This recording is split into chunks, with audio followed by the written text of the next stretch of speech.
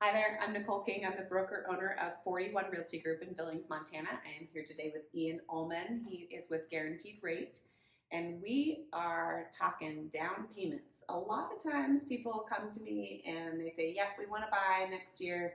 We're just not quite at that 20% that we need for the down payment.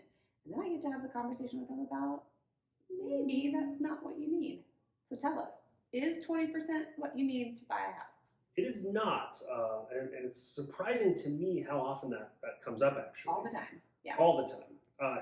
Is it ideal or beneficial? Yeah, there's definitely pros to that. There's cons to that too, as far as that money's not doing other things for you, which is why every individual situation, talk with your lender, talk with your financial advisor like we always talk about. So generically speaking, with the four major loan programs, and this is again on primary residence, so on a conventional, you can actually go as low as 5% down, or for a first-time home buyer, potentially as low as a 3% down payment of the sales price. Yeah, that's a lot less than 20%. That's a gargantuan difference. Yeah. FHA is as low as 3.5% of the purchase price, okay. And then VA and rural development potentially can go as low as a 0% down.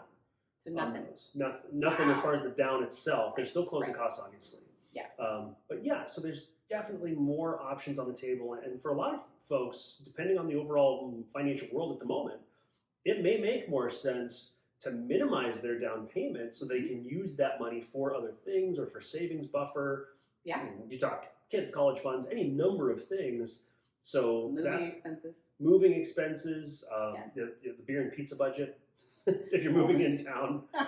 Yes. Got to pay those friends. Yeah.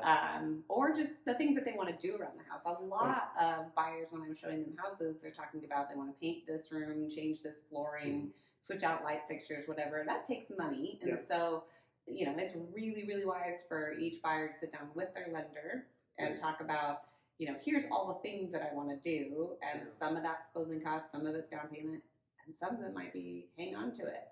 Right. Because sometimes I feel like people think if I put the 20% down, my payment would be so much lower. But when they actually sit down with their lender, hey, that 15% down may actually accomplish what you want in the house, but your payment's not so significantly different. So right. Each person's situation is obviously unique. So yeah, definitely one. And with each of those thresholds of down payment too, there's variances in pricing, for example, on interest rate and PMI, which we've talked about a few weeks ago. So that's where, again, that conversation with your lender to know what your personal plans are for the home really can help direct those decisions. Perfect.